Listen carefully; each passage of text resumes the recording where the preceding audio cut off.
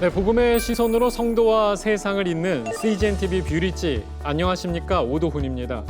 2022년은 한국 교회가 인도와 네팔 등 힌두권 국가에 복음을 전하기 시작한 지 40년이 되는 해입니다. 이 힌두권 국가의 오랜 역사와 관습을 넘어서 복음을 전한다는 것이 그리 쉽지만은 않았었는데요. 오랜 시간 동안 힌두권 국가의 영혼을 하나님께 인도하기 위한 이 수많은 선교사와 한국 교회의 노력과 헌신이 있었습니다. 이에 뷰리지에서는 그간의 힌두권 선교를 알아보고 이 앞으로의 힌두권 선교에 대해서 전망해보는 시간을 가져보고자 합니다. 오늘 함께 이야기 나눠주실 패널 세 분을 소개해드리겠습니다. 먼저 김한성 교수님 함께 자리했습니다. 안녕하십니까? 예, 안녕하세요. 아신대학교에서 선교학을 가르치고 있는 김한성입니다. 네, 반갑습니다.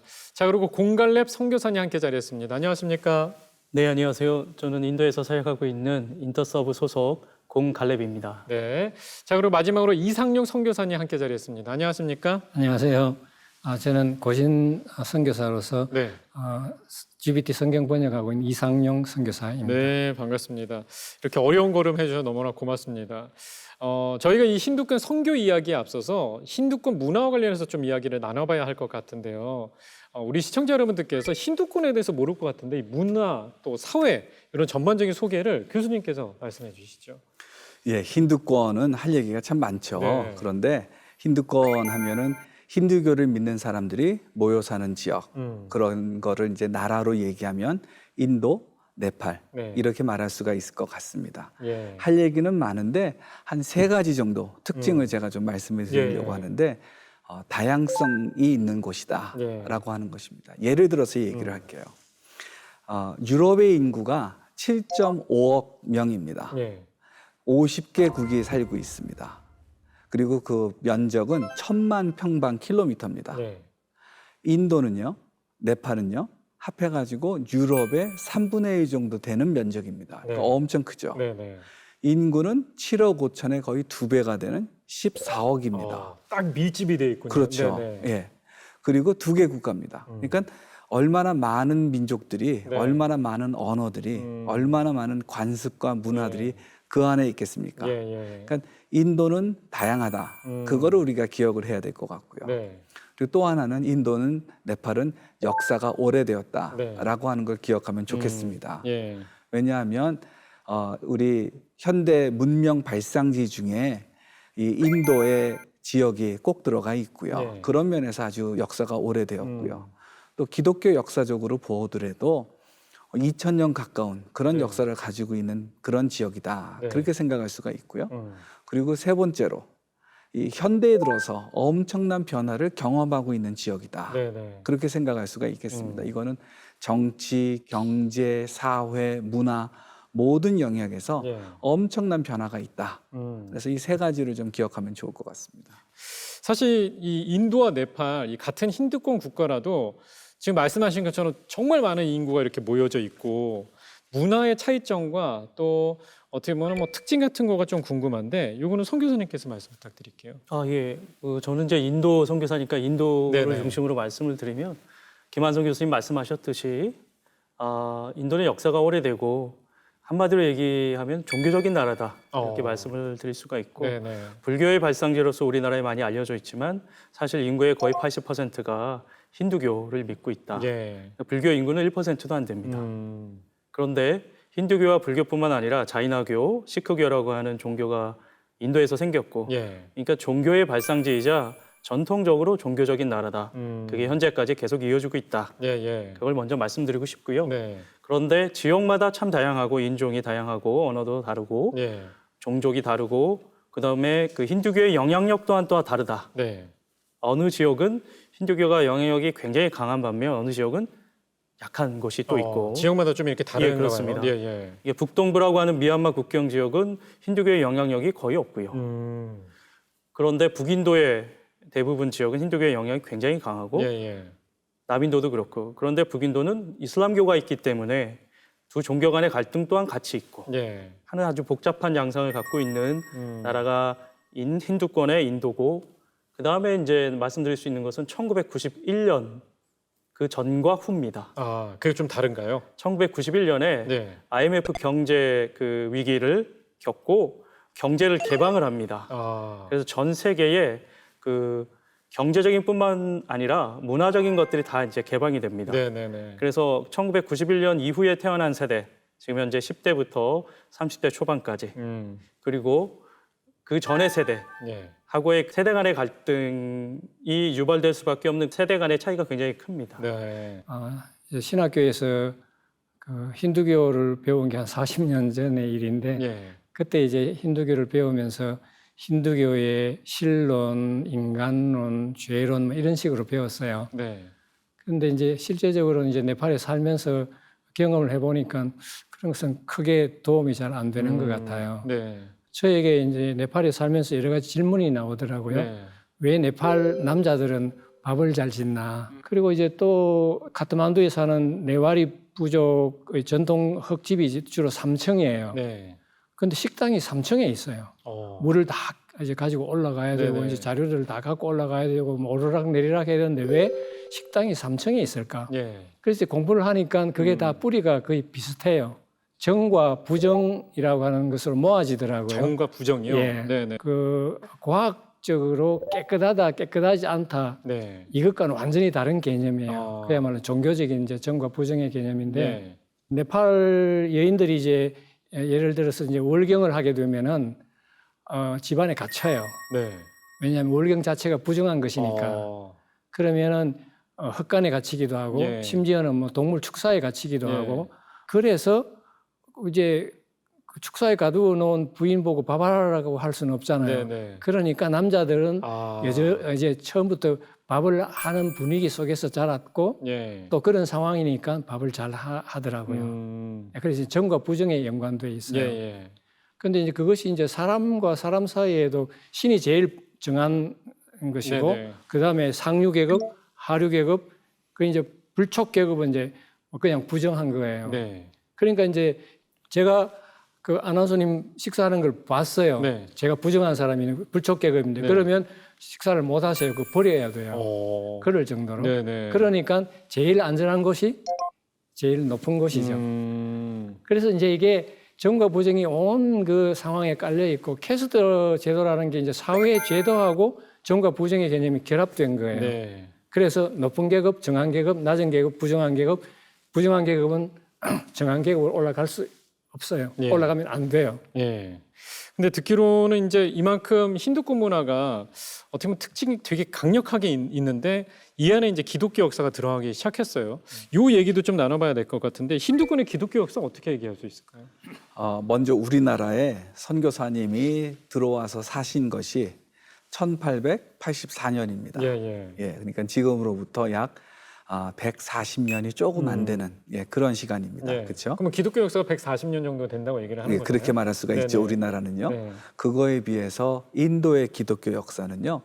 구전 전승에 따라 가지고 사도 도마까지 올라갑니다. 네네. 그러면은 거의 2000년에 가까운 아. 그런 역사가 되는 것이죠. 예. 뭐 사도 도마가 전승이 좀 허구라고 할지라도 그 다음에 뭐 시리아 정교회가 와서 교회가 늘어나고요. 그래서 그 기독교 공동체가 있고 그렇기 때문에 아시아에서는 아주 오래된 그런 그 기독교 역사를 가지고 있고요. 네. 우리 개신교로 와서 본다면 1706년에 지겐발크라고 하는 선교사가 루터교 선교사죠. 그분이 이제 인도 남쪽에 선교사로 가셨었으니까 그 생각을 하면 또 한 300년이 넘은 셈이죠. 그래서 현재는 기독교 인구가 한 3% 안팎. 남쪽에 좀 더 기독교인이 많고요. 그리고 인도의 북동쪽에 아주 기독교 인구가 많고요. 그리고 조금 전에 그 공성교사님께서 말씀하신 것처럼 이 북인도에는 좀 기독교 인구가 적고요. 자, 인도는 기독교 인구가 역사가 그렇게 오래됐습니다. 그거에 비해서 네팔은요, 이 기독교 역사가 참 짧아요. 19세기 중반부터 그 한 가문에서 그 실권을 가지고 있던 그런 시절이 있었는데 그때의 이 네팔을 정말 꽁꽁 이 빗장을 걸어 잠굽니다. 그리고 또 그게 가능할 수 있었던 것이 북쪽으로는 산맥이고요. 예. 남쪽으로는 늪지대여 가지고 해충이 많이 살아 가지고 네. 외부 사람이 자유롭게 들어갈 수가 없는 거예요. 이렇게 쇄국 정책 때문에 예. 네팔 안에 선교사가 공식적으로 들어간 건 네. 1952년입니다. 아, 얼마 그러니까 전이네요, 어떻게 보면. 맞습니다. 네, 네. 예. 올해가 70주년의 해입니다. 예, 예. 개신교 선교 70주년. 그 전까지는 네팔 인근의 인도 국경 지역에서 네. 네팔로 이주 노동자들이 나오면 그분들을 대상으로 선교했던 것, 예, 그런 것이 있죠. 예. 지금 교수님께서 말씀하신 거는 일단은 첫 번째 만남, 기독교의 만남 우리보다 좀 빨랐던 것 같아요. 그 힌두권 이 나라의 기독교의 역사, 현재와 그 과거, 인도 먼저 좀 짚어주시죠. 네, 이제 김 교수님께서 이미 말씀을 하셨지만 네. 다시 상기를 시켜드리면 예수님의 12제자 중에 사도 도마 전례설이 이제 AD 52년입니다. 예. 그러니까 이제 2000년 정도의 역사를 갖고 있죠. 인도 기독교 지도자들도 그렇게 믿고 있고 인도 네네. 기독교인들도 우리는 유럽보다 더 긴 기독교의 역사를 갖고 있다. 이렇게 네. 생각을 하고 자부심을 갖고 있습니다. 아닌 게 아니라 남인도에 도마파 교회가 있고 도마파 교회가 있어요. 예, 도마파 교회가 있고 말씀하셨던 시리아 정교회가 있고 네. 그래서 16세기부터 본격적으로 캐톨릭 선교사들이 포교 활동을 하기 전에 이미 이제 교회가 있었던 거예요. 그런데 그렇게 일찍 왔는데 어떻게 인도 사회에는 크게 영향을 안 미쳤나? 그러니까 그 내에 각기 다른 부족, 인종 그런 사람들이 그 지역 내에서만 그런 부족 공동체로 있었기 때문에 인도는 중국처럼 한 나라로 있었던 것은 근대에 네네네. 있었고 그 전에는 각기 다른 나라가 경쟁하는 체제였기 때문에 네. 그런 영향력이 없었고 네. 그만큼의 보편성이 없었던 것을 보게 되고요. 그런데 그 가운데서도 빨리 반응을 하고 예수님을 믿었던 사람들은 하층 카스트 출신들. 아, 그러니까 지금 현재 인도 기독교인들의 80% 가까이가 부족민이거나 예. 하층 카스트 출신이거나 이런 사람들에게 그렇게 그 계급을 뛰어넘는 하나님의 사랑이 이제 진짜 복음으로 받아들여지게 된 것이죠. 그리고 나서는 지금 현재의 모습을 보면 정권을 잡고 있는 그 정당이 힌두교 근본주의를 예. 표방하고 힌두교 근본주의 단체들을 음으로 양으로 이렇게 지원을 해서 기독교인들과 이슬람 교인들이 많이 이제 핍박받고 차별받는 횟수가 늘어나고 있죠. 네. 근데 이것은 오히려 복음이 지금 전파되고 있다라는 반증이기도 하고요. 저는 이제 네팔에서 지난 30년 동안 살면서 본 게 이제 세 가지 상황을 세 가지 상황. 예, 세 가지 상황을 볼 수 있었어요. 네. 1951년도 네. 문호가 열리면서 그때 주로 이제 교육, 의료, 자선 사업이나 이런 쪽으로 하시는 선교 사람들이 대거 이제 그동안 국경에서 네. 기도하고 기다리다가 이제 문호가 열리면서 대거 들어가게 되었어요. 네. 이제 그때부터 이제 박해가 이제 시작이 되었어요. 그래서 네. 첫 번째 상황은 이제 박해 시대. 예. 저희들이 1988년도 들어갔는데 이제 88년도에 일어났던 사건 중에 하나는 한 교회 성도들 48명을 그대로 다 구금을 해서 이제 목회자부터 시작해서 이제 그 고문이 들어가니까 결국은 이제 목회자 목사님은 이제 소천하시고 네. 그다음에 결국은 대부분의 성도들은 그로 인하여서 배교가 된 거죠. 네. 그러니까 이제 실제적으로 박해도 있었고 실제적으로 이제 추방이나 이런 것들이 일어났던 그런 상황이었어요. 그런데 이제 1990년대 91년도 이야기가 나오니까 이상하게 인도 네팔하고 조금 비슷한 부분이 있네요. 그래서 1990년도에 네팔에 이제 민주화 운동이 일어나면서 일당 독재 왕정이 무너지고 다당제를 중심으로 한 이제 입헌 군주제가 시작이 되어집니다. 네. 결국은 이제 이 사람들은 다당제니까 국민들의 의식이 필요하고 표가 필요하잖아요. 네. 그러니까 이제 기독교인들한테도 잘 해주면서 내한테 표 주라. 그러면 이런 게 해줄게. 뭐 이제 이런 식이 되면서 굉장히 좀 자유로운 분위기로 가게 되었어요. 이 시기가 그야말로 네팔에서는 세계에서 가장 부흥이 빠른 속도로 부흥이 된 그런 시절이 된 것입니다. 그러면 이제 그것이 이제 두 번째 상황이었고 이제 세 번째는 이제 2017년에 있었던 반개종법 시행입니다. 반개종법이라고 하는 것은 이제 종교를 바꿀 수 없도록 법으로 시행을 하는 거죠. 이제 반개종법이 일어난 것은 결국 공산주의자나 힌두 아직 이제 힘을 좀 덜 쓰긴 하지만 여전히 세력을 갖고 있는 이런 사람들 입장에서는 이 기독교가 너무 급작스럽게 발전을 하니까 위협감을 느낀 거죠. 아까도 비슷한 그런 말씀을 하셨는데 위협감을 느낀 상황에서 나올 수 있는 것은 힌두 근본주의자들이 일어나게 되고 공산주의 입장에서도 이거는 아니다라고 하는 상황에서 결국 이제 개종하지 못하도록 만드는 그런 반개종법이 되는 거죠. 그래서 이제 여전히 발전을 하는 상황이긴 하지만 반개종법으로 인하여서 현지 교육자들도 그렇고 선교사들도 그렇고 상당히 주춤해 있는 거기다 코로나까지 합쳐가지고 지금 이 근래에는 아주 지금 좀 힘든 상황을 겪고 있습니다. 코로나 얘기가 나와서 좀 말인데요. 저희 뷰리지에서 선교사분들께서 좀 출연을 많이 하셨어요. 근데 이제 남미 쪽이라든지 또 동남아시아라든지 또 아프가니스탄 여기는 얘기를 들었는데 인도 네팔은 처음이거든요. 현재 코로나 상황 동안에 선교가 좀 어떻게 이루어졌는지 이것도 궁금한데요. 먼저 인도는 어땠습니까? 인도는 아시겠지만 2020년에 코로나가 이렇게 창궐하기 시작할 때 인도가 굉장히 큰 타격을 받았지 않습니까? 그렇죠. 예. 저도 거기 있으면서 100일 동안 락다운 걸리고 뭐 피해 백신이라고 해서 백신도 안 주고 그냥 저의 하고. 지인 선교사님이 또 코로나 걸리셔서 소천하셨어요. 돌아가시기도 하시고 네. 그런 또 아픔이 있었는데 중요한 것은 이게 모멘텀이 되는 거예요. 네. 바로 못 만나니까 그럼 비대면으로 하자.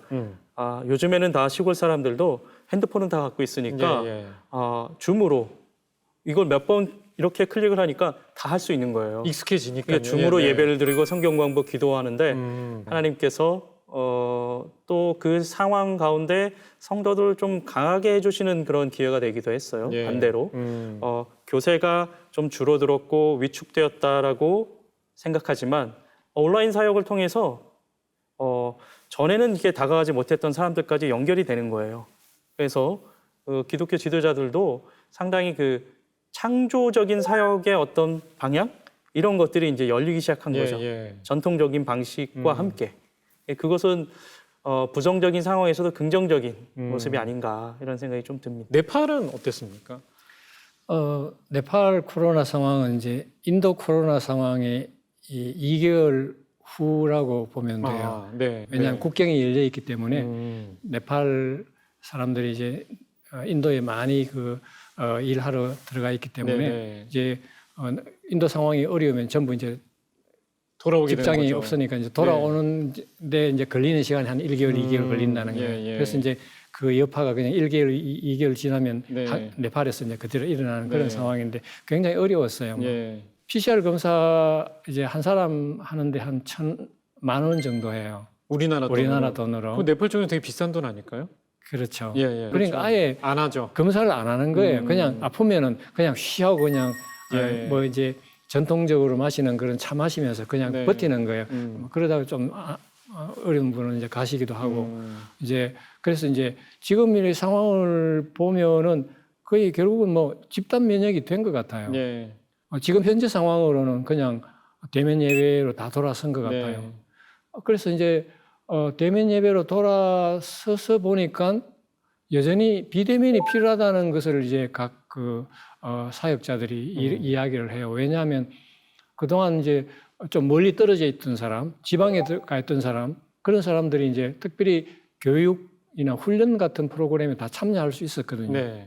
이제 비대면이니까.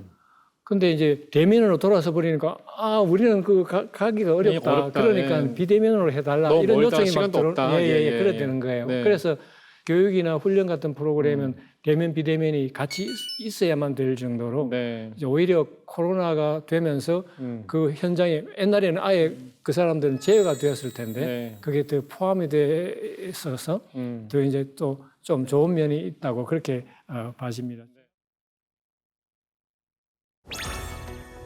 기독교를 바라보는 요의 시선이 좀 궁금하기도 하거든요. 인도나 네팔에서는 여전히 기독교 하면은 외세 종교. 그러면서도 또 한편으로는 기독교 성장률이 전 세계에서 가장 높은 나라 중에 하나다. 1990년도에 민주화 운동이 되고 기독교가 흥왕하게 되면서 이제 선교사들이 많이 들어가게 됐는데 근데 이제 반성을 좀 하는 부분들도 우리한테는 좀 있긴 네. 있습니다. 처음부터 끝까지 우리가 개척하는 것에 익숙했지만 근데 그들과 동력하면서 그들이 주인공이 되게 하는 일에는 좀 약했다.